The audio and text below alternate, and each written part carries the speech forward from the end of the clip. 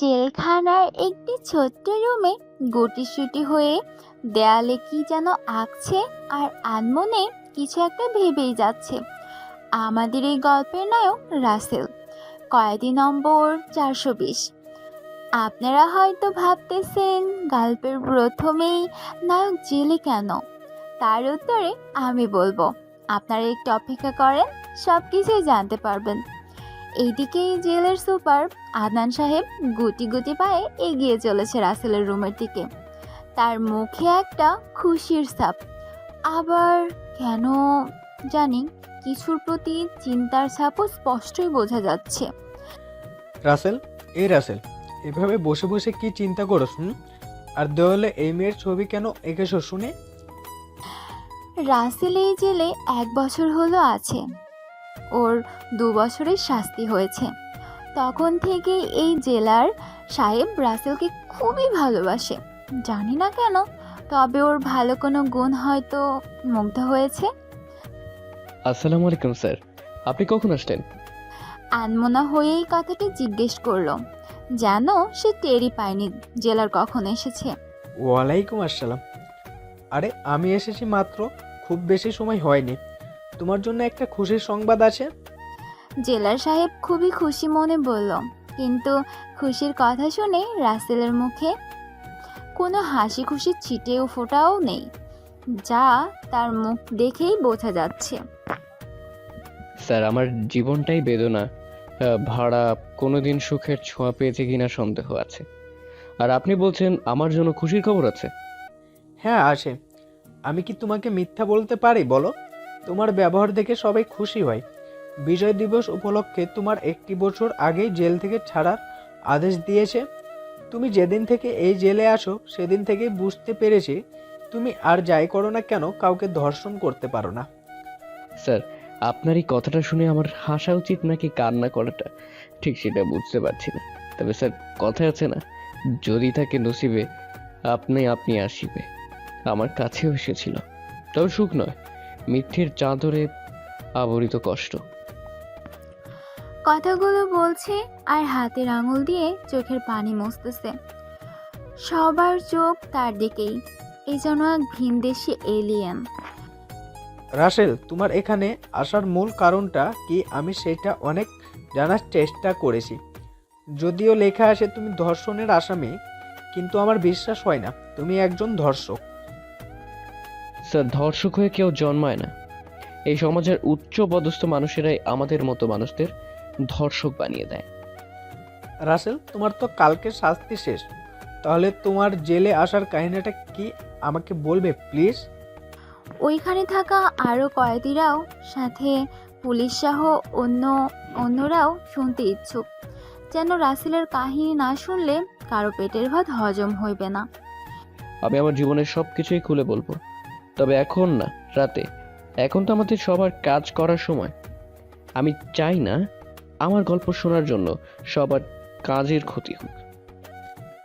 আচ্ছা, তাহলে রাতেই শুনবো। একটা ফাইনাল, আবার কথা কিন্তু ঘুরিয়ে ফেলিস না। স্যার, এইটুকু বিশ্বাস রাখতে পারেন, আর যাই করি মিথ্যে বলে কারোর সাথে ঠকবাজি করি না। এরপর সবাই চলে গেল রাতে এসে গল্পটা শুনবে বলে। রাসেল আবারও আনমনা হয়ে বসে রইল। চলেন, অনেক তো বকবক করলাম, এখন একটু রাসেলের পরিচয়টা জেনে আসি। কি বলেন আপনারা? এই গল্পের নায়কের পুরো নাম হলো সোহান আফরিন রাসেল। সবাই রাসেল বলেই ডাকে। তার বাবা এদেশের নামকরা বিজনেসম্যান রায়হান চৌধুরী। অর্থের কোনো অর্থের কোনো কমতি নেই। মা জসকোটের জজ। কোনো ভাই নেই, আছে শুধু ছোট্ট একটা বোন। ততটাও ছোট না যতটা আপনারা ছোট ভাবছেন। নাম জাকিয়া ইয়াসমিন জুই। পাকিস্তানের একটি নামকরা মাদ্রাসাতে পড়ে। এইটুকুই এখনকার মতো পরিচয়, বাকি সব গল্পের সাথে থাকে, জানতে পারবেন। আমার জীবন কেন এমন হলো? কতটা সুন্দর ছিল যখন বাবা মা বোনের ভালোবাসা ছিল, কিন্তু আফসোস আমার সাথে কেউ নেই। এখন আমি যে একেবারেই একা হয়ে গেছি। এইসব কিছু ভাবতেছে, তখনই পিছন থেকে এক কয়েদি 421 রফিক বলে ওঠে, রাসেল, কি এত ভাবছো? চলো, কাজ করতে হবে, না হলে জেলার সাহেব সবাইকে বকা দেবে। ভাই চলেন, আমিও আপনাদের জন্যই অপেক্ষা করছি। চলো। দুজন ধীরে ধীরে কাজের জায়গায় গিয়ে তাদের কাজ করতে থাকে। কাজ করতে করতে সন্ধ্যা হয়ে যায়।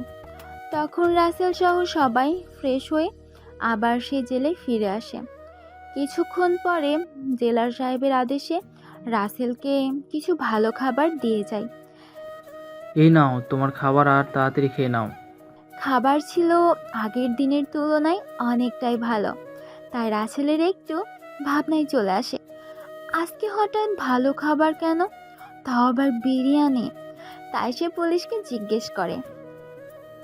স্যার, আজকে হঠাৎ আমার জন্য এত ভালো খাবার কেন? আপনাদের মনে হয় ভুল হচ্ছে, এই খাবারগুলো হয়তো অন্য কারো। অনেকটাই অবাক হয়ে কথাটা বলল। আরে না, ভুল কি করে হবে? আদনান স্যার তোমার জন্য এই খাবার পাঠিয়েছে, বুঝেছো? এখন খেয়ে নাও। বলেই সেই পুলিশ চলে যায়। এদিকে রাসেল আর কিছু চিন্তা না করে অনেকদিন পরে বিরিয়ানি পেয়েছে, লোভ সামলাতে না পেরে খেয়ে নেয়। এদিকে একজন পুলিশ রাফি আদনান সাহেবকে বলতেছে, স্যার, রাত তো প্রায় হয়ে এসেছে, এখন চলেন কয়েদি 420 রাসেল থেকে ওর ধর্ষণের কাহিনী শুনে আসি। ও, ভালো কথা মনে করছো। আমার তো সেই কথা মনেই ছিল না। চলো তাড়াতাড়ি যাই, আমারও যে কাহিনী শুনতে হবে আর সইছে না। তারপর আদনান সাহেব সহ আরও কিছু লোক রাসেলের রুমের দিকে আসে। রাসেল, তোমার কথা মতো আমরা সবাই কিন্তু রাতেই এসেছি, এখন আর মানা করলে শুনবো না। আরে স্যার, আপনারা এত কষ্ট করে আসলেন আর আমি বলবো না, এটা কি হয় বলেন? সেটা ঠিক বলছো। এখন তাহলে বলতে শুরু করো, কোনো কিছু না ভেবেই। হ্যাঁ রাসেল, বলতে শুরু করো। আমার যে আর তোমার কাহিনী শোনার জন্য তোর সইছে না। স্যার, আমার জীবনের কাহিনী শুনতে হলে আপনাদের অনেক সময় কষ্ট করে শুনতে হবে, কেননা গল্পটা প্রথম থেকেই বলতে হবে না, না হলে কিছুই বুঝতে পারবে না। আরে যতই সময় লাগুক আর যতই কষ্ট হোক না কেন, আমরা তোমার গল্প প্রথম থেকেই শুনবো, বলো। আচ্ছা তাহলে শুনেন। দিনটা ছিল 2019 সালের 20 ফেব্রুয়ারি, শনিবার। আমি ঘুমিয়ে আছি, তার মানে চারিপাশে কি হচ্ছে না হচ্ছে সেই দিকে আমার কোনো খেয়াল নেই। এই ছেলেকে নিয়ে আমি একটুও পারি না। কত করে বলি সকালে ঘুম থেকে ওঠার চেষ্টা কর, কিন্তু কে শুনে কার কথা। আজকে ওর কলেজের প্রথম দিন, তাও ঘুম থেকে উঠছে না, নবাব পরে পরে ঘুমাচ্ছে। এই রাসেল, উঠ না, আর কত ঘুমাবি? আম্মু যাও তো, আর একটু ঘুমোতে দাও, মাত্রই না ঘুমালাম।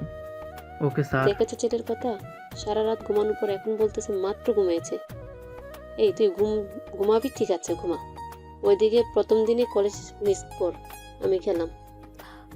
বলেই মিস রেহানা বেগম মানে রাসেলের আম্মু দরজার কাছে যেতে নিছে, অমনি কি, আজকে আমার কলেজের প্রথম দিন আর তুমি এখন ডাকছো? এখন তো সব দোষ আমারই হবে, 2বার ডেকে গেছি। এখন তাড়াতাড়ি ফ্রেশ হয়ে রেডি হয়ে নিচে আয়, তোর বাবা অপেক্ষা করতেছে। আম্মু তুমি রাজি? যাও, আমি এই 2 মিনিটে ওয়াশরুমে যাচ্ছি, আর 5 মিনিটে তোমার কাছে আসছি। বলেই রাসেল দৌড়ে ওয়াশরুমে ঢুকে যায়। আর রেহানা বেগম হাসতে হাসতে পাগল ছেলে একটা। বলেই রাসেলের রুম থেকে নিচে চলে আসে। তখন রাসেলের বাবা রায়হান চৌধুরী জিজ্ঞেস করে, কই তোমার আদরের বাদর ছেলে? এই শোন, আমার ছেলের নামে বাজে কথা বলবা না, বলে দিলাম। আমি তো মজা করে বলছি, রাগ করো কেন? মজা করে বলো আর যেভাবে বলো, আমার ছেলেকে নিয়ে বলবে না। আচ্ছা ঠিক আছে, এখন বলো, রাসেল কি ঘুম থেকে উঠেছে? তখনই সিঁড়ি দিয়ে নামতে নামতে, কি ব্যাপার মিস্টার বাবা, আমাকে নিয়ে কি কথা হচ্ছে শুনি? এই তো এসে গেছে আমার সোনার চান। তা বাবা, এইভাবে ঘুমালে কি তোমার কলেজে যাওয়া হবে? বাবা, আমি কি ইচ্ছে করে ঘুম থেকে উঠিনি, নাকি আমি তো স্বপ্ন দেখতেছিলাম তুমি পাশের বাসায়? আর কিছুই বলতে পারলো না রাসেল, কারণ ওর বাবা ওর মুখ হাত দিয়ে চেপে ধরেছে। এই আমাকে কি মায়ের খাওয়াবে নাকি? কানে কানে বলল, তাহলে আমার সাথে লাগতে আসো কেন বাবা? জানো না আমার জজ আম্মু আমার দলে। এই কি পুসুর পুসুর করছিস? আর তুই এসব কি পোশাক পরেছিস? যাক, এত সময় পর হলেও সবার চোখে রাসেলের পোশাকের উপর পড়ল। আসলে রাসেল খুবই সাধারণ পোশাক পরেছে। আরে আমি তো ওর পোশাক খেয়াল করিনি। তা বাবা, এই পোশাক কেন পরেছিস? আমার কি কাপড় কেনার টাকা নাই নাকি? বাবা, সেটা না আসলে আমি চাই না সবাই জানুক আমি ধনী ঘরের সন্তান। আমি চাই সাধারণভাবে গরিবদের কষ্টটা বুঝতে। কিন্তু বাবা, আম্মু, কোনো কিন্তু না। তখন কেউ আর কোনো কথা বলল না, কারণ সবাই জানে রাসেল বলছে তো ওটা পরিবর্তন করবে না।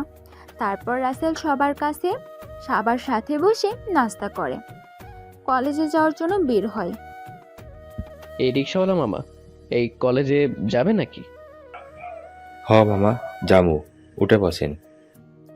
তারপর রাসেল রিকশায় উঠে বসে আর রিকশা তার আপন গতিতে ছুটে চলে কলেজের দিকে। কিছু সময় পরে কলেজে পৌঁছে যায়। রিকশা থেকে নেমে 50 টাকার একটা নোট দিয়ে বলল, মামা, এই নাও তোমার টাকা। মামা, আমার কাছে তো ভাঙতি নাই।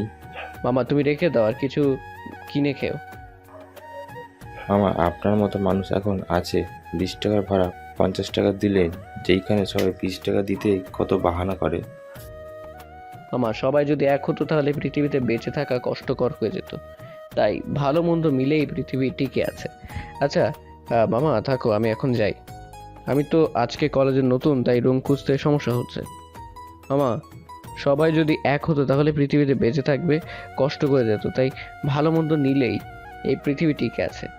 আচ্ছা মামা থাকো, আমি এখন যাই। আমি তো আজকে কলেজে নতুন, তাই রুম খুঁজতে সমস্যা হবে। আচ্ছা মামা, দোয়া করি জীবনে অনেক বড় হন। মামা, আমি কি ছোট? মামা, এই বড় সেই বড় না, এটা হলো শিক্ষিত হয় মানুষের পাশে মানুষ হয়ে ওঠা। মামা, আমি কি তাইলে মানুষ না? মামা, আমি মাপ চাই, তোমার সাথে কথা বলে পারবো না। ভালো থেকো, মন দিয়ে লেখাপড়া করো। আচ্ছা ম্যাম, ঠিক আছে।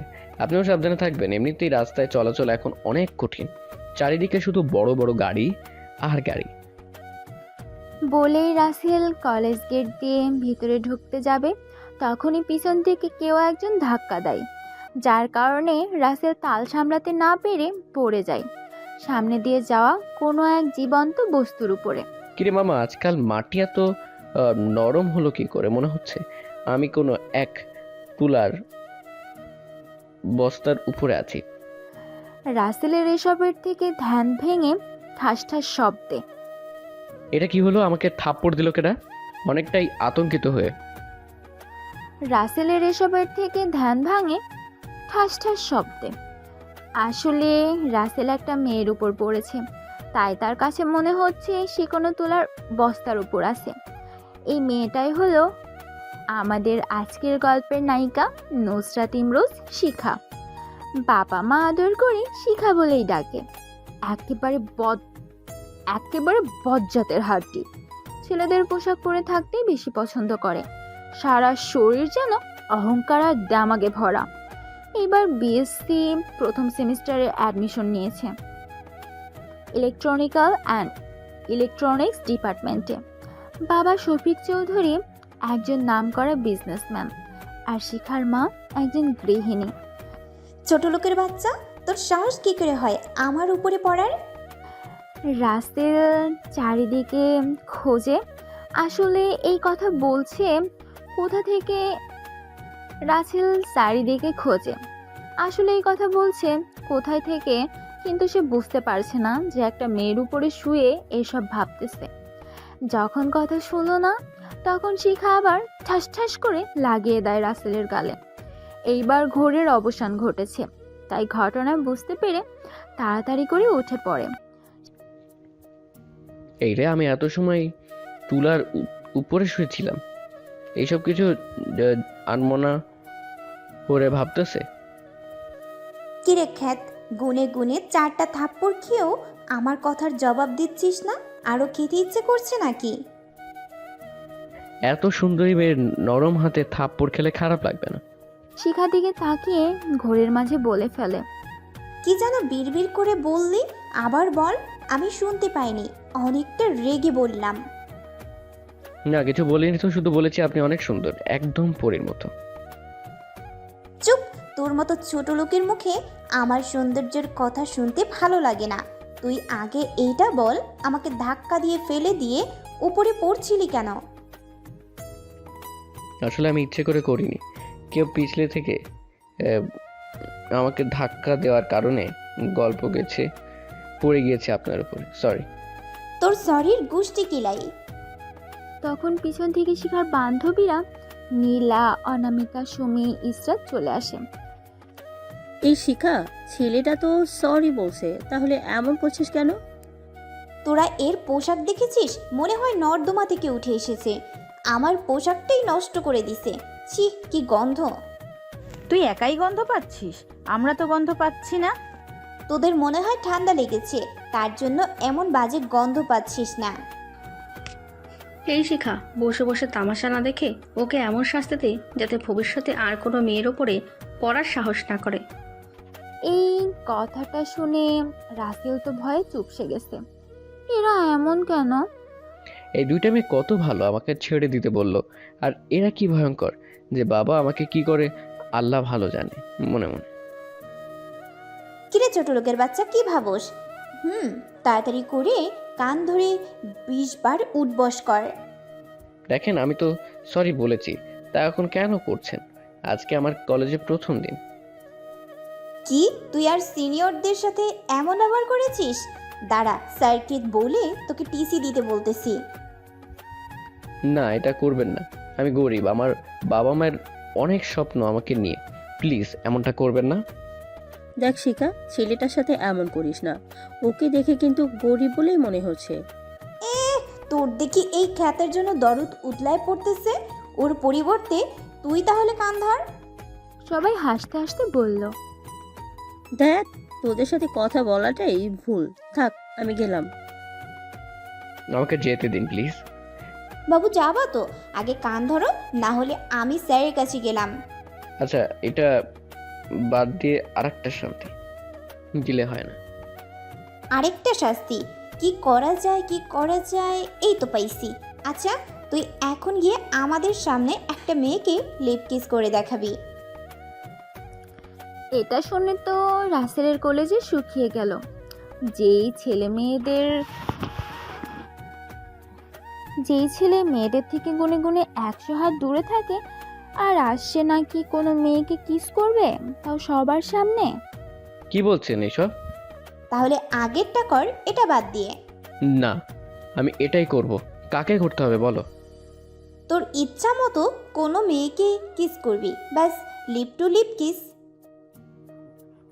রাসেল অনেক সময় ভেবে কাউকে তার মনের মতো না পেয়ে শিখাকে ঝাপটে ধরে কিস করে, যা দেখে ওইখানে থাকা সবার চোখ কপালে উঠে আসার মতো অবস্থা হয়ে যায়। যে মেয়ের হাত পর্যন্ত ধরার সাহস করে না, আর এই ছেলে শিখাকে কিস করেছে। শিখার তো চোখ ছানা বড় হয়ে গেছে। রাসেলকে ছাড়াতেও পারছে না। 5 মিনিট পরে ছেড়ে দিয়ে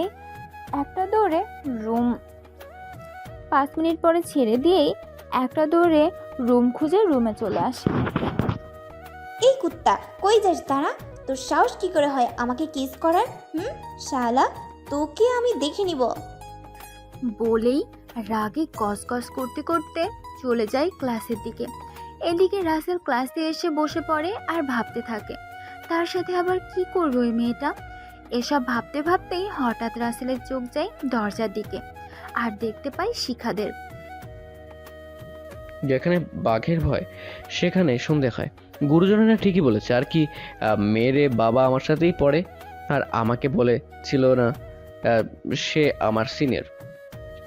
শিখা দেখ, ওই ছেলেটা আমাদের সাথেই পড়ে মনে হয়, আর কি সুন্দর করে বসে আছে, তোর জন্য একটুও ভয় করছে না। পরে দেখাবো এই শিখা কি জিনিস, আগে ক্লাস করতে দে। কিছু সময় পর ক্লাসের স্যার আমিনুল ইসলাম চলে আসে, আর সবাই দাঁড়িয়ে সালাম দেয়। আসসালামু আলাইকুম স্যার। ওয়ালাইকুম আসসালাম। তোমরা সবাই কেমন আছো? সবাই একসাথে বলে ওঠে, আমরা ভালো আছি। আপনি কেমন আছেন স্যার? আমিও অনেক ভালো আছি। আচ্ছা, তোমাদের সাথে আগে পরিচয় হয়ে নেই। আমি মোহাম্মদ আমিনুল ইসলাম, তোমাদের ট্রেড ক্লাস নিব। এখন তোমাদের সবার পরিচয় দাও একে একে। তারপর সবাই সামনে থেকে পরিচয় দেয়। এখন রাসেলের পালা, কিন্তু রাসেল কিছু বলছে না। কি ব্যাপার, তুমি কিছু বলছো না কেন? স্যার, আমার বলার কিছু নেই, তবু বলি, আমি সুখান আফরিন রাসেল। সবাই রাসেল বলেই ডাকে। আমার বাবা একটা ছোট ব্যবসা করে, মা গৃহিণী। এক কথায় বলতে পারেন খুবই গরিব ঘরের ছেলে আমি। রাসেল গরিব বলে কষ্ট পাবার কিছু নেই। ভালোভাবে পড়াশোনা করো, অনেক বড় হবে। ধন্যবাদ স্যার। এখন পরিচয় দেবার পালা, আসে শিখার। এই মেয়ে, তুমি বলো। স্যার, আমি এই শহরের নামকরা ব্যবসায়ী শরীফ সাহেবের মেয়ে নুসরাত ইমরোজ শিখা। এইভাবে অনেক কথা বলে। পরিচয় পর্ব শেষ করে কিছু কথা বলে স্যার চলে যায়। আজকে নাকি আর ক্লাস হবে না, তাই রাসেল বাড়ির উদ্দেশ্যে ক্লাসরুম থেকে বাইর হতে নিলে কেউ একজন পিছন থেকে ডাকে। এই ছেলে দাঁড়াও। রাসেল শুনতে পেয়ে দাঁড়িয়ে যায়, আর পিছনে তাকিয়ে দেখে তার বয়সের একটা ছেলে ডাকতেছে। হ্যাঁ ভাই, আমাকে ডেকেছেন? হ্যাঁ, তুমি ছাড়া তো আর কাউকে ডাকিনি। ও, তাহলে বলেন কি জন্য রেখেছেন? আমি শুনছি তুই নাকি শিখে বিরক্ত করিস। ও, তাহলে ওই মেয়েটা বলেছে মনে মনে, তাই আমি ইচ্ছে করে তো অমনটা করিনি। শোন, তোকে দেখে অমনটা মনে হয় না, আর যেহেতু আজকে তুই প্রথম, তাই মাফ করে দিলাম। কিন্তু পরে যদি শুনি তাহলে হাড্ডিগুড্ডি একটা অমন থাকবে না। ধন্যবাদ ভাই, আমি তাহলে আসি, আর আমি আপনার কথাগুলো মনে রাখবো। বলেই রাসেল একটা রিক্সা নিয়ে বাসায় চলে আসে।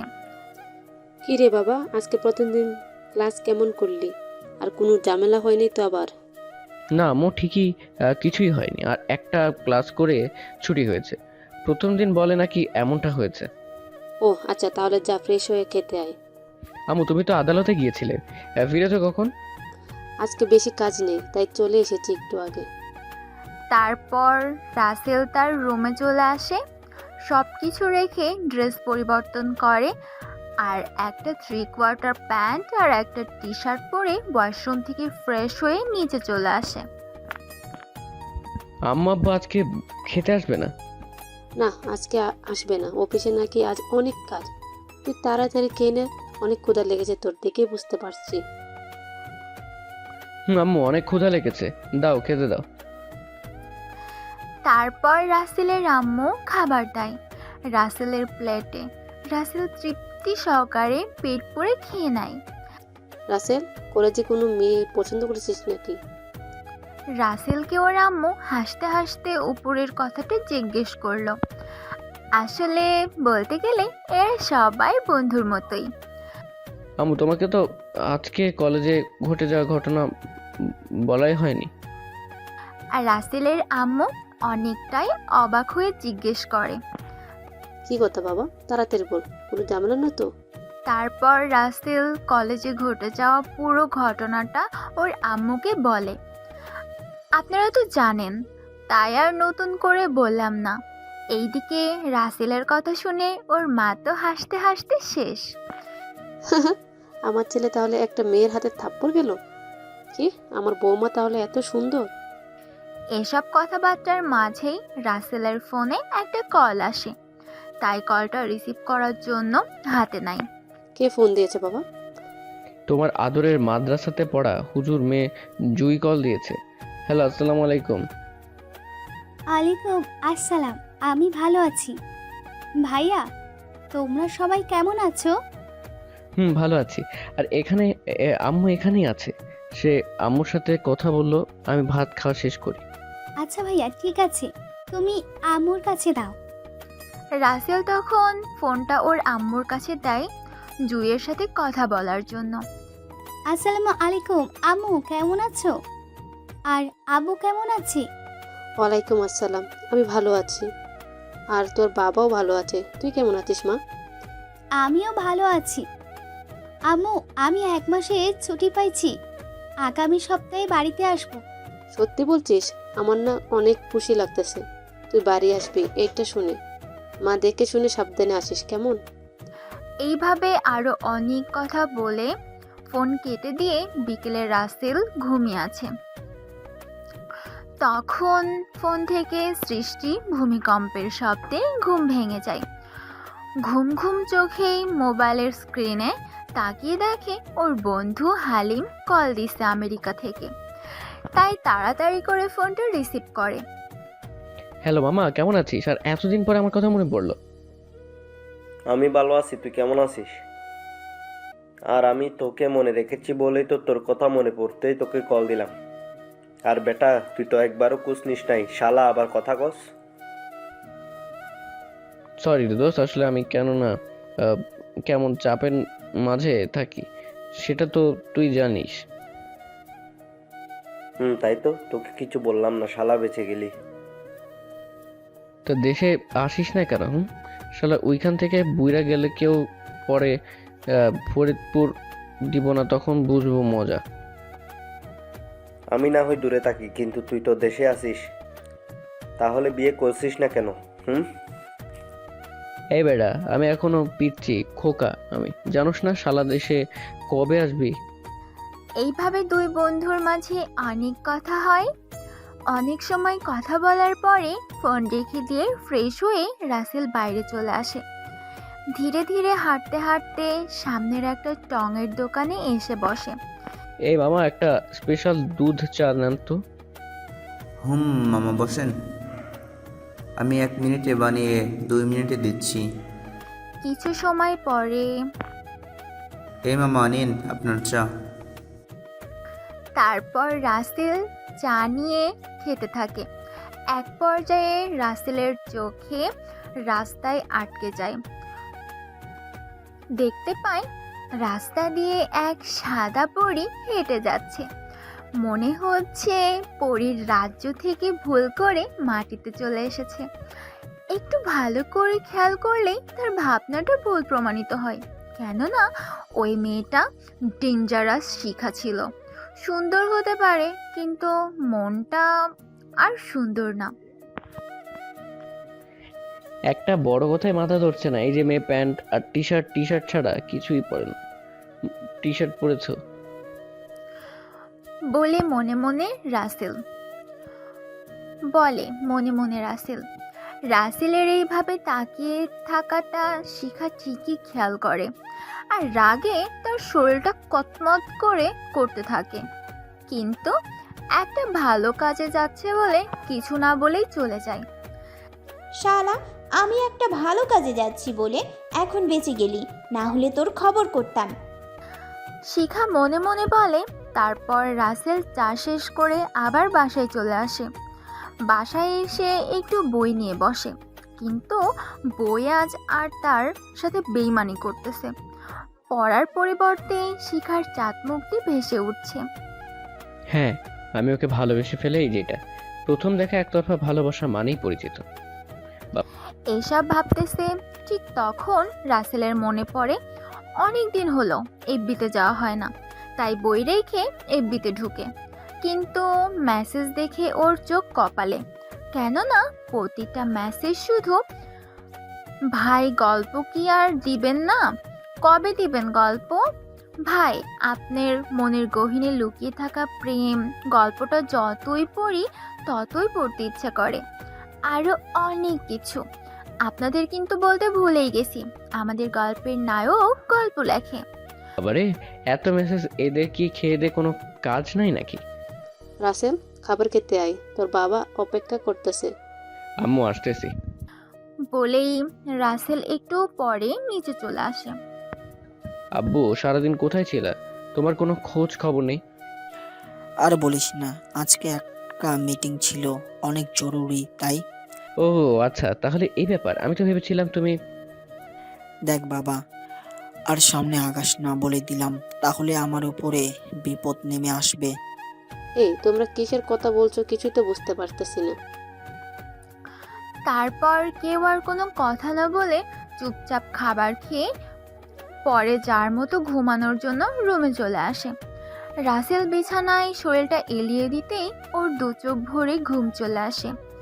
সকালে ফরজের আজানের শব্দে ঘুম ভেঙে যায়। তখন ঘুম থেকে উঠে নামাজ পড়তে মসজিদে চলে যায়। নামাজ পড়ে একটু হেঁটে আবার বাসায় চলে আসে। এসে নাস্তা করে কলেজের উদ্দেশ্যে বের হয়। কলেজে এসে একটা গাছের নিচে বসে আছে। ওর কোনো বন্ধু না হওয়ায় একাই থাকতে হয়। আর কেই বা ওর বন্ধু হবে, ও তো একটা খ্যাত। এই দুনিয়ার টাকা পয়সা স্টাইলিশ হওয়াটা কি আসল? গরিব মানুষ কি মানুষ না? তাদের রক্ত আর ধনীদের রক্ত তো একই। এই অট্টালিকা থাকা মানুষগুলো সেইটা কেন মানতে চায় না? মনে মনে এসব নীরবে ভাবতেছে রাসেল।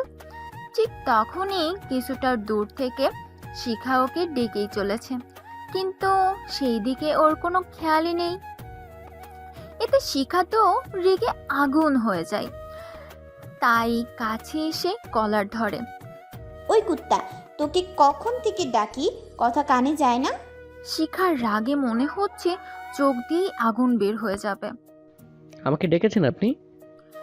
আমতা আমতা করে বলল। না, তোকে ডাকিনি। এইখানে তো আরো অনেকেই আছে, শালা হনুমান। আমি যেটা খেয়াল করিনি, সরি। সেটা খেয়াল করবি কি করে? সারাক্ষণ তো মেয়েদের দিকে তাকায় থাকতে তোর সময় কাটে। এটা আপনি কি বলছেন? আমি আপনার কোনো মেয়ের দিকে তাকালাম? কেন মনে নেই?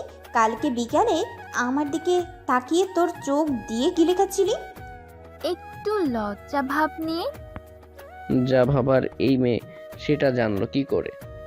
আবার দুধ নয়তো মনে মনে। ও, আপনি কোথাকার সুন্দরী যে আপনার দিকে আমি তাকিয়ে থাকবো? এই কথাটা বলতে দেরি, রাসেলের গালে ঠাস ঠাস শব্দ হতে দেরি হলো না। রাসেল বোকার মতো গালে হাত দিয়ে তাকিয়ে দেখছে সবাই ওর দিকেই চেয়ে বিনা টিকিটে সিনেমা দেখছে। তোর সাহস কি করে হয় আমার মুখে মুখে তর্ক করার? আবার আমাকে অসুন্দর বলস? যা ভাগ আমার সামনে থেকে। অনেকটাই রেগে বলল। রাসেল তখন আর কিছু না বলে গালে হাত দিয়ে ফাঁকে চলে আসে। ফর্সা গালে 5টা আঙুলের ছাপ ভেসে উঠেছে। ওইখানে না থাকাই ভালো, কারণ শিখা অনেক রেগেছিল। না জানিয়ে আরও কি কি করত। এই মেয়ের কি কোনো কাজ নেই নাকি আমার সাথে এমনটা করা হচ্ছে? আমি যেখানেই থাকি না কেন ঠিক খুঁজে বের করবেই। এইসব ভাবতেছে, তখনই কেউ একজন রাসেলের কাঁধে হাত রাখে। এতে রাসেল একটু চমকে ওঠে, কেননা এইখানে ওকে তো কেউ চেনে না। তাহলে কেই বা ওর হাতে হাত রাখলো? এতে রাসেল একটু চমকে ওঠে, কেননা এইখানে ওকে তো কেউ চেনে না। তাহলে কেই বা ওর কাঁধে হাত রাখলো? তাই ভয়ে ভয়ে পিছনে তাকিয়ে দেখতে পাই তার বয়সী একটা ছেলে। হাই ব্রো, এত ভয় পাবার কিছু নেই। আমি জাহাঙ্গীর, তোমার সাথেই পড়ি। ও, তাহলে এই ছেলে আমার সাথে পড়ে যাক বাবা, হাফ ছেড়ে বাঁচলাম। কিন্তু যে শাখায় দলের কেউ না। হ্যালো, আমি বলছি। আমরা কি আজ থেকে বন্ধু হতে পারি? কি বলো এইসব? আমি একটা গরিব ফেরত মার্কা ছেলে, তুমি আমার সাথে বন্ধুত্ব করতে চাইছো? দেখো ভাই, বন্ধুত্ব ধনী গরিব বিচার করে হয় না। আর আমিও তো গরিব, আর আমার কোনো বন্ধু নেই। তুমি যদি না হও তাহলে বন্ধুহীন হয়েই থাকতে হবে। জাহাঙ্গীর মন খারাপ করে বলে। রাসেল একটু ভেবে দেখলো যে জাহাঙ্গীর ঠিক কথাই বলছে, তাই সে ঠিক করে বন্ধু বানাবে। আরে ভাই, মজা করলাম, রাগ করো কেন? আমরা আজ থেকে বহু কিছু, ঠিক আছে? এইবার ঠিক আছে। অনেক খুশি হয়ে রাসেল আর জাহাঙ্গীর জমিয়ে আড্ডা দিচ্ছে। তখনই পিছন থেকে শিখা বলে ওঠে, কিরে খ্যাত, ভালোই তো বন্ধু বানাইছিস, তাও তোর মতোই খ্যাত। বলেই ওর বন্ধুরা সহ হাসতে শুরু করলো। বন্ধু দেখেন, আমাকে নিয়ে যা মন চায় বলেন, কিন্তু আমার বন্ধুকে নিয়ে আজে বাজে একটা কথাও বলবেন না। এই শিখা, দেখ ছেলের রাগ উঠেছে, মনে হয় আমাদের মারবে। কিরে ছোট লোকের বাচ্চা, আমাদের মারবি? ছি, কি পোশাক পরে এসেছিস, গন্ধ বের হচ্ছে। নাক ধরে বলল শিখা। এই শিখা চল তো, ও তো তোর কোনো ক্ষতি করেনি। তাহলে ওর পেছনে কেন লেগেছিস? আরে ওকে থাপ্পড় না দিলে আর অপমান না করলে আমার পেটের ভাত হজম হয় না। আপনারা থাকেন, আমরা যাই। ঠাস করে একটা থাপ্পড় লাগিয়ে দিয়ে বলে, ছোট লোকের বাচ্চা, তোর এত বড় সাহস আমাদের সামনে দাঁড়িয়ে বলস চলে যাবি? তোর সাহস কি করে হয় ফকিন্নির বাচ্চা? রাসেল আর নিজের রাগকে কন্ট্রোল করতে পারল না। তাকে নিয়ে যা বলেছে তাতে কোনো আপত্তি নেই, কিন্তু ওর বাবা মাকে নিয়ে কথা কেন বলবে? তাই ঠাস ঠাস করে দুটা থাপ্পড় লাগিয়ে দেয়। এটা দেখে ওইখানে থাকা সবাই তো আতঙ্কিত হয়ে যায়। সবার চোখ এদের দিকে। আমাকে নিয়ে যা ইচ্ছে বলেন, কিন্তু আমার মা সম্পর্কে একটা কথাও চলবে না। তোর এত বড় সাহস এই শিখা চৌধুরীর গায়ে হাত দিস? তোর হাত আমি কেটে নিব বলে দিলাম। যা পারেন করেন গা, আমি এখানে অপেক্ষা করছি। তখনই ক্লাসের সময় হওয়াতে ঘন্টা বাজিয়ে দেয়, তাই সবাই ক্লাসে চলে যায়। তোকে আমি দেখে নিব বলেই শিখা হন হন করে রুমের দিকে চলে যায়। রাসেলও যায়। রাসেল, এদের সাথে লাগা কিন্তু ঠিক না। এরা অনেক ভয়ঙ্কর। বলতে গেলে এখন না জানি কি করে। এত ভয় পেলে কি দুনিয়ার সব কাজ টিকে থাকে? নাই তখন। চল। তারপর ওরা দুই বন্ধু ক্লাসে চলে যায়। ক্লাসে এসে দেখতে পাই স্যার এখনও ক্লাসে আসে নাই, কিন্তু একটু ভালো করে লক্ষ্য করে দেখতে পাই শিখা অগ্নি দৃষ্টি নিয়ে ওর দিকে তাকিয়ে আছে। মনে হচ্ছে এখনই খেয়ে ফেলবে। ফর্সাকালে 5টা আঙুলের দাগ ফুটে উঠেছে। এই তাড়াতাড়ি গিয়ে বসকে দেখছিস না কিভাবে চেয়ে আছে তোর দিকে? রে চল। আচ্ছা। তারপর ওরা সিটে গিয়ে বসে। কিছু সময় পর স্যার চলে আসে। সবাই সালাম দেয়। বসো। তোমরা আর সবাই কেমন আছো? সবাই একসাথে বলে ওঠে, সবাই ভালো আছে। স্যার ক্লাস করে এইভাবে একে একে সবগুলো ক্লাসই শেষ হয়ে যায়, আর সবাই বাড়িতে যাওয়ার জন্য বের হয়ে পড়ে। আমি তাহলে আসি। তোর বাসা তো ওই দিকে, দেখে শুনে সাবধানে যাস, কেমন? তুই সাবধানে যাই। বলেই রাসেল একটা রিক্সা নিয়ে বাসায় চলে আসে। আর বাসায় এসেই, আমার তাড়াতাড়ি খাবার দাও, খুব ক্ষুধা লেগেছে। ছোট সাহেব, ম্যাডাম এখনো আসে নাই, আপনি বসেন, আমি খাবার দিচ্ছি। রাসেল ফ্রেশ হয়ে এসে খাবার খেয়ে নেয়। একা একা ভালো লাগছে না, তাই সোফায় বসে টিভি দেখতেছে। তখনই, কিরে বাবা, কখন আসলি তুই? কি ব্যাপার আজকে হঠাৎ রাজা রানী একবারে যে? আর আমি একটু আগেই এসেছি। আসলে তোর বাবা আর আমি এক জায়গায় গিয়েছিলাম তোর বিয়ে ঠিক করতে। বিয়ের কথা শুনেই তো রাসেল অবাক হয়ে যায়। আরে বাবা, আমার বন্ধুর মেয়ে অনেক সুন্দর, শুধু কাবিন করে রাখবো, সমস্যা কোথায়? রাসেল ভালো করেই জানে এদের আর বুঝিয়ে কোনো লাভ হবে না, কারণ এরা যা বলবে তাই হবে। বলেই রাসেল ওর রুমে চলে আসে। নিচে কোনো কিছু না বলেই রাতেও খাবার খায় না রাগ করে, তাই ওর আম্মু ডাকতে চলে আসে। বাবা রাগ করে থাকিস না, তোর এমন অবস্থা দেখে আমার কি ভালো লাগতেছে বল। চল খাবার খেয়ে নিবি। না, আমি খাবো না। আচ্ছা থাক, তোরা বাবা ছেলে মিলে খেতে হবে না। বলেই রাসেলের মা চলে যায়, আর রাসেল চুপটি করে ঘুমিয়ে যায়। সকলে একটু দেরিতেই ঘুম ভাঙে আর উঠে ফ্রেশ হয়ে গিয়ে নাস্তা করে কলেজে চলে যায়। হাই বন্ধু, কেমন আছিস? ভালো আছি, তুই কেমন আছিস? ভালোই। এইভাবে অনেক কথা বলে রাসেলের চোখ হঠাৎ গেটের দিকে আটকে যায়। শিখা আজকে শাড়ি পরে এসেছে, অনেক সুন্দর লাগছে তাকে।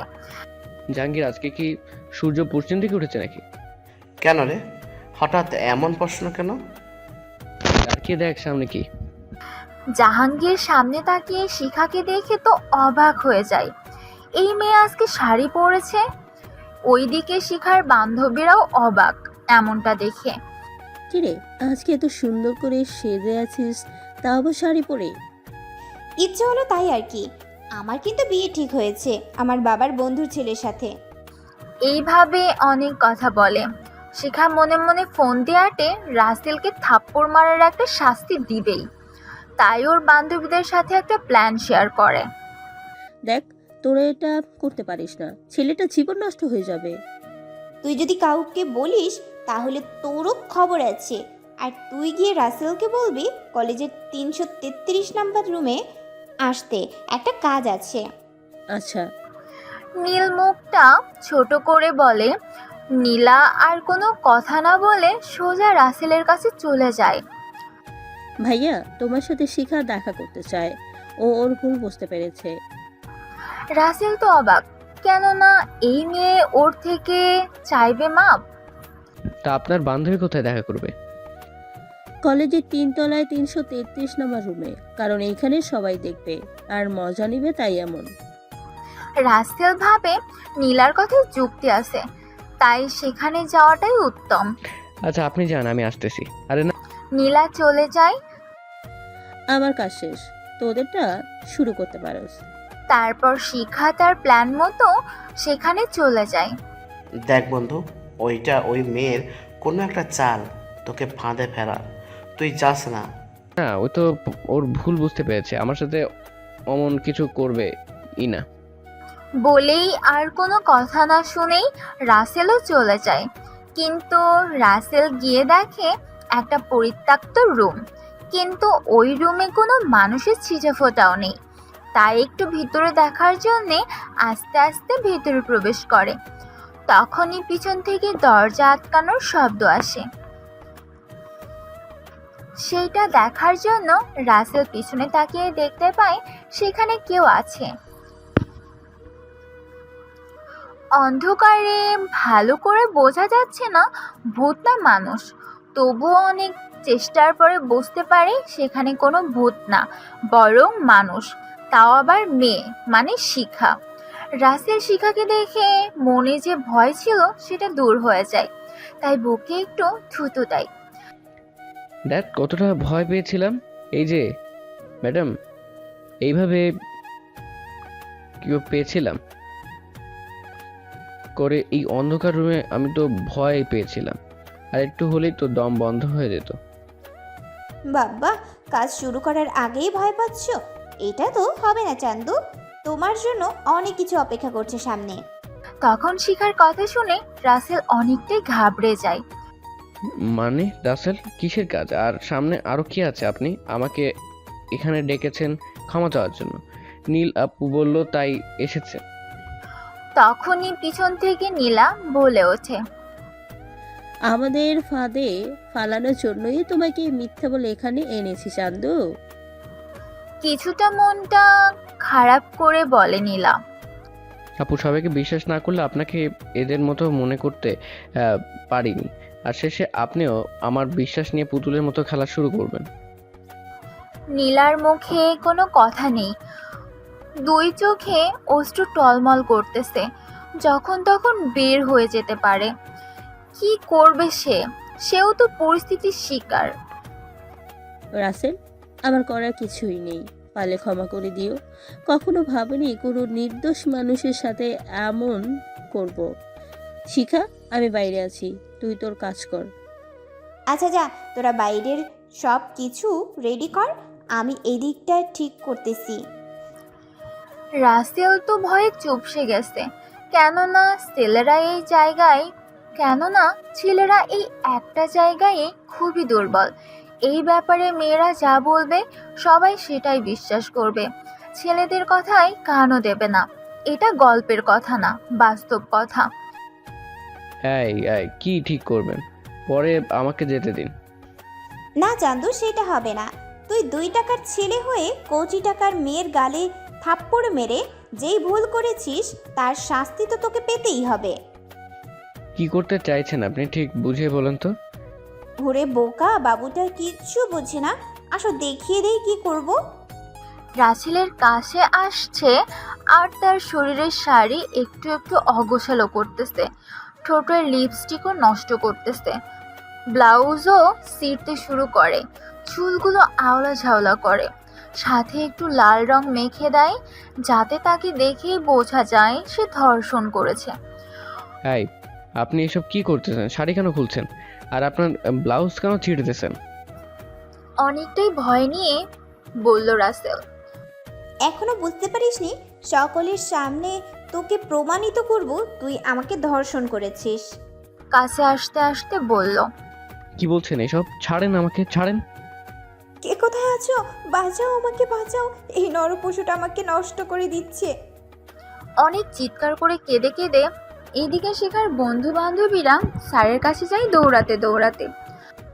স্যার স্যার, তাড়াতাড়ি আমাদের সাথে চললেন। এই কি হয়েছে, তোমরা এমন হাঁপাচ্ছ কেন? স্যার, এখন বলার সময় নেই, তাড়াতাড়ি চলেন, না হলে শেখার ইজ্জত নষ্ট করে ফেলবে। তখন স্যার আর কিছু না বলে ওদের সাথে দৌড়ে চলে আসে আর শুনতে পাই ভেতর থেকে শিখা চিৎকার করতেছে। এই তোমরা কি দেখছো? দরজা ভেঙে ফেলো। বলেই অনেক তার বাহু দিয়ে দরজা ভেঙে ফেলে আর সবাই ভেতরে ঢুকে দেখে শিখাকে রাসেল ধরে আছে। শিখা সবাইকে দেখে রাসেলের কাছ থেকে তাদের কাছে চলে আসে। স্যার, এই লম্পটটা আমার সর্বনাশ করেছে। তখন নীলা ওর চাদর দিয়ে শিখাকে জড়িয়ে দেয়। স্যার বিশ্বাস করেন আমি কিছু করিনি, সব কিছু এদের সাজানো নাটক। স্যার দৌড়ে এসে ঠাস ঠাস করে রাসেলের গালে থাপ্পড় লাগিয়ে দেয় আর বলে, তোর মতো ছেলেরাই এমনটা করতে পারে। তোদের তো বাবা মা লেখাপড়ার করার জন্য পাঠায় না, পাঠায় মেয়েদের সাথে অসভ্যতামি করতে। আজ রাসেলের চোখে জল। তার জন্য তার বাবা মা কথা শুনতে হচ্ছে। ইচ্ছে করছে এক্ষুনি আত্মহত্যা করতে, কিন্তু নিরুপায়। সে নিয়তির কাছে চুপ করে দাঁড়িয়ে শুনছে ছাড়ির বলা সব কথা। চোখ দিয়ে অনবরত জল পড়েই যাচ্ছে, নেই কোনো মুখের শব্দ। তুইও যে এমন হবি সেটা কখনো কল্পনাও করিনি। ছি ছি ছি ছি, তোর মতো একটা খারাপ ছেলের সাথে আমি বন্ধুত্ব করেছি। দোয়া করি আল্লাহ তোর মতো বন্ধু যেন কারো কপালে না জুটায়। রাসেলের মুখে কোনো কথা নেই। সে এসব দেখে পাথর হয়ে গেছে, চোখ ভর্তি অশ্রু গড়িয়ে গড়িয়ে পড়ছে। এই তোমরা দাঁড়িয়ে কি দেখছো? ও একটা ধর্ষক। তোমরা আগে নিজের হাতে শাস্তি দাও, পরে অন্য ব্যবস্থা নেওয়া যাবে। স্যার এই কথাটা বলার সাথে সাথেই সবাই ঝাঁপিয়ে পড়ে রাসেলের উপরে। রাসেলের মুখে শুধু একটাই শব্দ, আমি কিছুই করিনি। তোমরা কেন বোঝো না আমি কিছু করিনি? এতটাই মেরেছে যে রাসেলের চোখ দিয়ে অশ্রু আর শরীর বেয়ে রক্ত বের হচ্ছে। তবুও কারো কোনো মায়া নেই ওর প্রতি, কারণ ও একটা ধর্ষক। আমাকে থাপ্পড় মারো না, এখন বোঝো কেমন লাগে। বলেছিলাম না আমার সাথে লাগলে তার ফল ভালো হবে না। এখন বোঝো কেমন লাগে। নীলার চোখে পানি। সে কিছুই বলতে পারছে না, শুধু চেয়ে দেখছে আর ভাবছে। আজ আমি যদি মিথ্যা বলে এখানে না আনতাম তাহলে ওর এত কষ্ট হতো না। রাসেল, আমাকে ক্ষমা করে দিও। রাসেল অতিরিক্ত মার সহ্য করতে না পেরে একসময় অজ্ঞান হয়ে যায়, কিন্তু সেই দিকে কারোর খেয়ালই নেই, মেরেই যাচ্ছে। তখন স্যার লক্ষ্য করে। এই তোমরা থামো, রাসেল তো নড়াচড়া করছে না, কিছু হয়ে গেল না তো আবার? অনেকটা চিন্তিত হয়ে স্যার বলে। এই কথা শুনে সবাই মারা বন্ধ করে। শিখার তো ভয়ে কলিজা শুকিয়ে গেছে, যদি কিছু হয়ে যায়। তখন সবার মধ্যে একজন রাসেলের পালস চেক করে, দেখে কিছুই হয়নি। স্যার কিছু হয়নি, খুব বেশি মায়ের ফলে অজ্ঞান হয়ে গেছে। এই আর মারার দরকার নেই, এখন ওর চোখে পানি দিয়ে জ্ঞান ফেরাও। আমি দেখি ওর ফাইল থেকে ওর বাবা মায়ের তথ্য পাই নাকি, আর পুলিশকে আসতে বলছি, বাকিটা তারাই করবে। তখন পুলিশ কথাটা শুনে শিখার অনেক খারাপ লাগে। সে এত কিছু হবে ভেবে দেখেনি। স্যার, পুলিশ কেন? শিখা মামুনি, তোমার কোনো ভয় নেই, পুলিশ এই জানোয়ারটার বিচার করবে। বলেই স্যার চলে যায়। তাই শিখা চাইলেও কিছু বলতে পারে না। এদিকে একজন রাসেলের চোখে পানি ছিটিয়ে দিচ্ছে, কিন্তু ওর জ্ঞান ফিরছে না। এইভাবে অনেক সময় করার পরে রাসেলের জ্ঞান ফিরে আসে। দেখে সবার মুখে হাসির রেখা ফুটে ওঠে।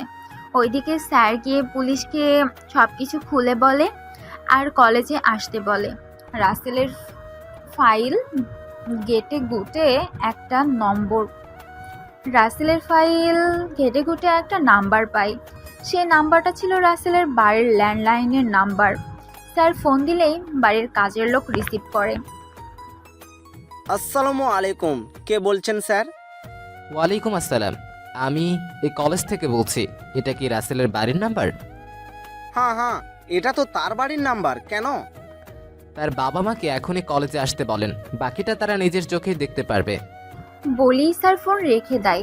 আর রহিম রাসেলের মা আর বাবার কাছে যায়। দেখতে পায় রাসেলের মা রুমে একটা কাজ করতেছে আর ওর বাবা শুয়ে আছে। ম্যাডাম আসতে পারি? দরজা থেকেই বলল। হ্যাঁ রহিম, আসো। আর কিছু কি হয়েছে? হ্যাঁ, ছোট সাহেবের কলেজ থেকে ফোন দিছিল। তারপর সবটা খুলে বলে। কি বলছো এসব? সাহেব, আমি সত্যি বলছি, আপনারা এক্ষুনি যান। তারপর রাসেলের মা বাবা গাড়ি নিয়ে কলেজের উদ্দেশ্যে রওনা দেয়। ওইদিকে পুলিশ অফিসার আতিফ ফোর্স নিয়ে কলেজে চলে আসে। স্যার, কোথায় ওই জানোয়ারটা? তাড়াতাড়ি বাইরে নিয়ে আসেন। তখন স্যার রাসেলকে বাইরে আনার হুকুম দেয়। একটু পরে রাসেলকে পুলিশের সামনে নিয়ে আসে। চারিদিকে ছাত্রছাত্রী দিয়ে ঘেরা, মাঝে পুলিশ, শিখার বাবা মা, শিক্ষক আর কিছু মুরব্বী। তাদের সামনে মাথা নিচু করে দাঁড়ানো রাসেল। পুলিশ অফিসার উঠে গিয়ে রাসেলের গালে একটা থাপ্পড় লাগিয়ে দিয়ে বলে, এই জানোয়ার, তোর সেক্স করতে ইচ্ছা হয়েছে তো কোনো পতিতলায় যা। এই মেয়ের জীবনটা নষ্ট করলি কেন? রাসেলের মুখে কোনো কথা নেই। এদিকে রাসেলের বাবা মা সবার পিছনে দাঁড়িয়ে কথাগুলো শুনছে আর চোখের পানি মুছতেছে। স্যার, এসব জানোয়ারদের বুঝিয়ে কোনো লাভ নেই, কেননা এদের জন্মের ঠিক নেই। এদের মতো লম্পটদের বাবা মাই খারাপ খোঁজ নিয়ে দেখেন। শিখার চোখে জল। তার একটা ভুলের জন্য একটা নির্দোষ ছেলে কষ্ট পাচ্ছে। শিখা, আজকে তুই অনেক খুশি তাই না রে? তুই প্রতিশোধ নিতে পেরেছিস। দেখছিস শুধু তোর জন্য একটা নিরপরাধ ছেলেকে কতটা অপমানিত হতে হচ্ছে। শিখার মুখে কোনো কথা নেই, আস্তার চোখেও অশ্রু জমেছে। স্যার, অপরাধ যদি করে থাকি সেটা আমি করেছি, আমার বাবা মা করেনি।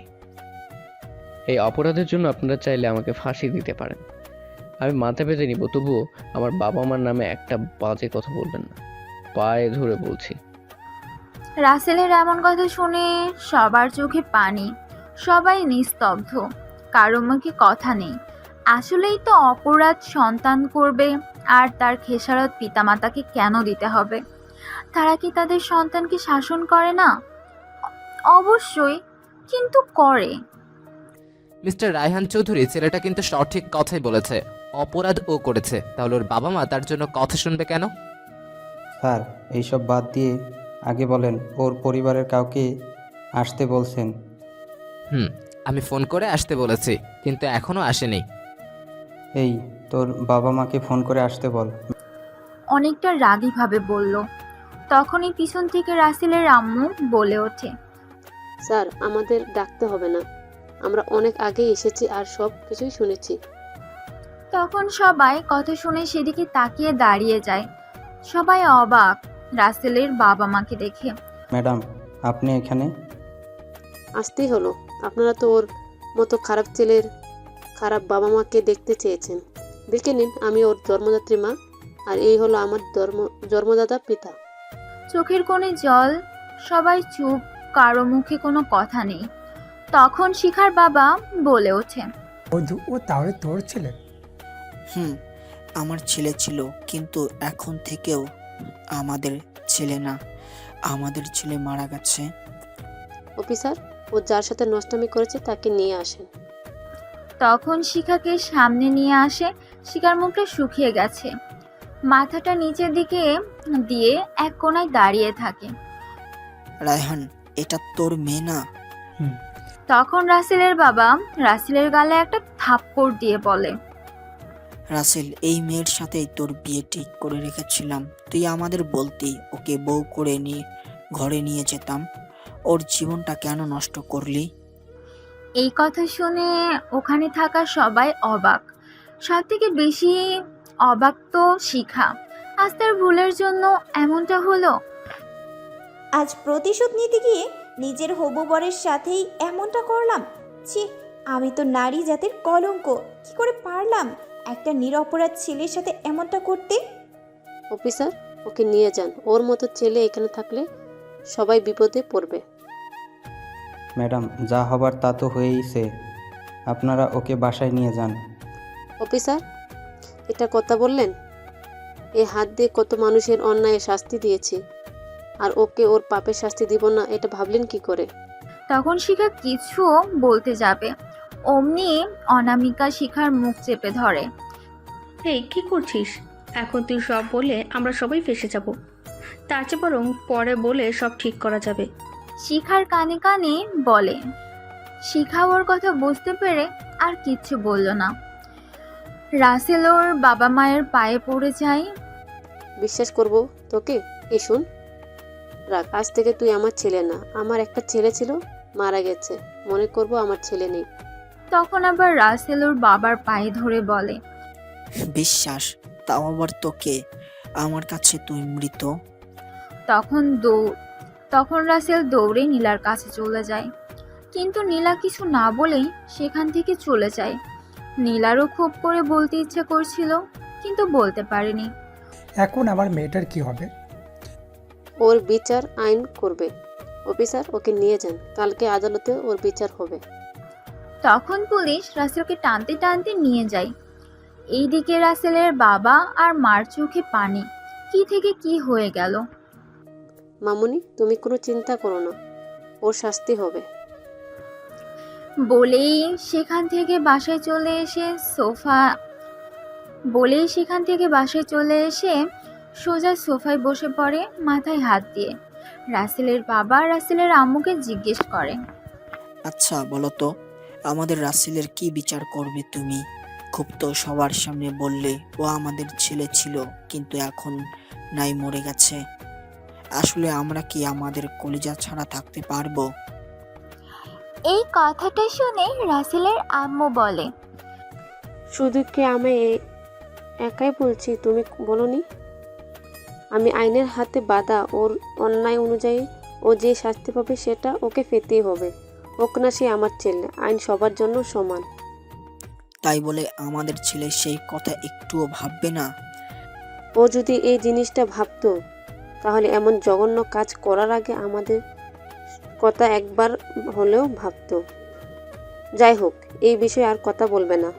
মনে রেখো, অন্যায় যে করে আর অন্যায় যে সহে, দুজনই সমান অপরাধী। তারপর রাসেলের আব্বু কোনো কথা না বলে তার রুমে চলে যায়, কারণ কিছু বলেও কোনো লাভ হবে না। কেননা রাসেল এমন একটা কাজ করেছে যেটা কারো কাছে বলে মুখ পাওয়া যাবে না। এইদিকে নীল আর শিখা অনামিকা একসাথে বসে বসে ভাবতেছে কিছু একটা। তখন নীলা বলে ওঠে, শিখা, তুই আজ একটা নিরপরাধ ছেলের সাথে যা করলি তার ক্ষমা তুই কখনো পাবি না। দেখেছিস ছেলেটা কত ভালো, তোর নাম ধরে একবারও বলেনি তুই ওর সাথে কি কি করেছিস। তারপরও রাসেল তোর হবু বর ছিল, যা আমাদেরও অজানা। আচ্ছা শিখা, রাসেল এত বড়লোক হয়েও এই খ্যাত সেজে কলেজে আসতো কেন? আর সব অপমান সহ্য করতো, যেখানে তার মায়ের নাম শুনেই সবার হাত পা কাঁপে। বাবাটা বাদ দিলাম, আমি কিছুই জানি না। আর ওর সাথে যে বিয়ে, সেইটা আমি কালকেই প্রথম শুনেছি। যদি জানতাম ওই হাদারাম আমার হবু বর, তাহলে তো ভ্যানিটি ব্যাগে ভরে রাখতাম। এমন জঘন্য কাজ তো দূর কি বাদ। আচ্ছা, আমরা যদি কালকে আদালতে সত্যি কথা বলি তাহলে কিন্তু রাসেল বেঁচে যেতে পারে। নীলা, তুই মনে হয় সত্যি কথাই বলেছিস। আমরা যদি কালকে সত্য কথা বলি তাহলে ও বেঁচে যাবে। যাও সত্য বলো, আর পুলিশ আমাদের সবাইকে রাসেলের পরিবর্তে আটক করুক। এটাও তো ঠিক। আচ্ছা, আমরা তাহলে পরে সব খুলে বলবো, যখন এই ঘটনাটা একটু শান্ত হবে। এটা মনে হয় ঠিক হবে। চল এখন সবাই যাই, আকাম তো অনেক করেছি, টাকা আছে বলে গরিবের মূল্যায়নটুকু করতে শিখিনি। আমার তো মানুষ। তারপর আর কেউ কোনো কথা বলে না, সবাই যার যার বাসায় চলে যায়। এদের কথা তো অনেক হলো, এবার চলেন আমাদের নায়কের কথাও একটু শুনে আসি। রাসেলকে থানায় আটকে রেখেছে। দেখ, তুই যে ঘরের সন্তান, একবার মুখ খুললে একটা কেন 1000টা মেয়ে তোর কাছে চলে আসবে। তাহলে তুই কেন এমন করলি ওই মেয়েটার সাথে? তার থেকে বড় কথা, তোর সাথে তো ওই মেয়ের বিয়ে ঠিক করেই রেখেছে।